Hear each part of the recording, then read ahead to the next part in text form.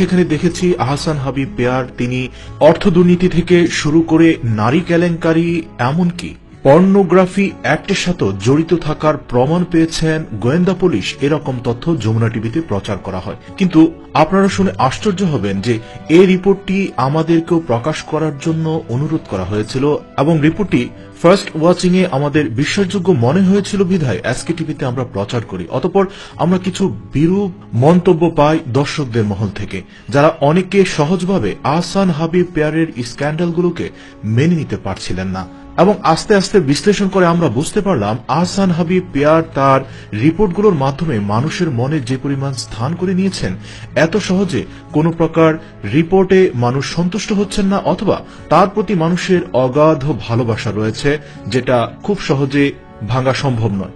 অতঃপর আমরা বিশ্লেষণ শুরু করলাম আহসান হাবিব পেয়ারকে নিয়ে। আজ আপনাদেরকে আমাদের এই বিশ্লেষণে তারই কিছু কথোপকথন তুলে ধরার চেষ্টা করব।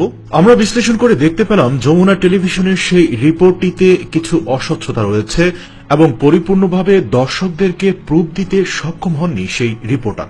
যাই হোক, আমরা ধারাবাহিকভাবে আমাদের অ্যানালাইসিসগুলো আপনাদের সামনে উপস্থাপন করার চেষ্টা করব। আসলে যে কোনো বিষয়ে মানুষকে পরিপূর্ণরূপে প্রুফ দিতে না পারলে মানুষ একটা হতভম্বতার মধ্যে পড়ে যায়। আহসান হাবিব পেয়ারকে নিয়ে মানুষের মনে যে একটা উইকনেস বা দুর্বলতা রয়েছে বা ধর্মের প্রতি আমাদের সবারই দুর্বলতা রয়েছে, তাই দীর্ঘ 2 বছর ধরে ধীরে ধীরে মানুষের অন্তরে স্থান পাওয়া আহসান হাবিবকে শুধু একদিনের 2 মিনিটের একটি রিপোর্টেই মানুষের মন থেকে মুছে ফেলা সম্ভব নয়। আমরা আসলে এখানে আহসান হাবিবের পক্ষ নিয়ে কোনো কথা বলছি না, তার বিপক্ষেও কথা বলছি না।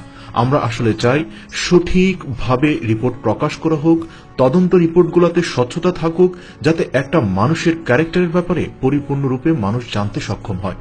যমুনা টিভির ইনভেস্টিগেশন টিম 360 ডিগ্রি থেকে প্রদত্ত ওই রিপোর্টের প্রথমে দেখানো হয় আহসান হাবিব পেয়ার তিনি বাংলাদেশের বহুল আলোচিত মুক্তামণির চিকিৎসার জন্য কিছু অর্থ দিয়েছিলেন এবং তার দুর্দশাগ্রস্ত পিতামাতার পাশে দাঁড়িয়ে তাদেরকে সান্ত্বনা দিয়েছেন এবং সেখানে তিনি মুক্তামণিকে সাহায্যের জন্য যে অর্থ দিয়েছিলেন 500 টাকার বান্ডিলে কম বেশি 30-35 হাজার টাকা তো হবে।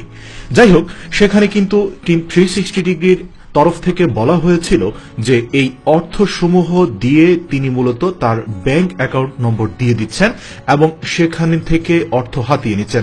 আমরা টিম 360 ডিগ্রিকে অনুরোধ করব, প্লিজ দয়া করে আপনারা আপনাদের ওয়েবসাইট, ফেসবুক অথবা টেলিভিশনের চ্যানেলে হলো ব্যাপারটা ক্লিয়ার করবেন যে আহসান হাবিব পেয়ার কর্তৃক প্রদত্ত যতগুলো অ্যাকাউন্ট রয়েছে সেখানে গত 1 বছরের স্টেটমেন্টে কত টাকা এসেছে এবং কত টাকা সে উইথড্রল করেছে।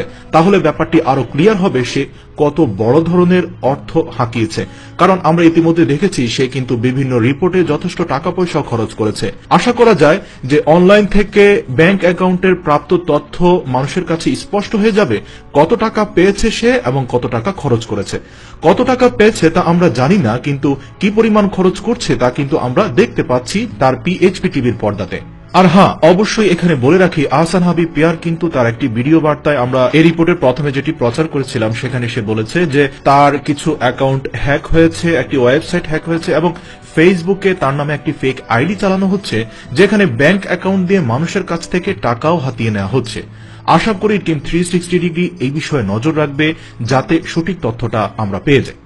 আসুন এবার আহসান হাবিব পেয়ারের বিরুদ্ধে করা টিম 360 ডিগ্রির দ্বিতীয় ক্লেমটির ব্যাপারে, যেখানে আমরা একটি নারী মুখকে অস্বচ্ছ অবস্থায় কিছু কথা বলতে দেখি যা আহসান হাবিবের বিরুদ্ধে যায়। যে কথাগুলোর মূল ভাববস্তু হচ্ছে এরকম যে আহসান হাবিবের সাথে তার প্রেমের সম্পর্ক গড়ে ওঠে, যেখানে আহসান হাবিব পেয়ারই সর্বপ্রথম তাকে প্রেমের প্রস্তাব দিয়েছিলেন। অতঃপর বিভিন্ন অনুনয় প্রণয় করে তার সাথে বিভিন্ন ধরনের কুকর্মে লিপ্ত হন। অতঃপর সে নারী তাকে 5 লক্ষ টাকা দিয়েছেন এমন স্বীকারোক্তিও দিয়েছেন। যাই হোক, এই রিপোর্টটির ব্যাপারে কিছু কথা না বললেই নয়।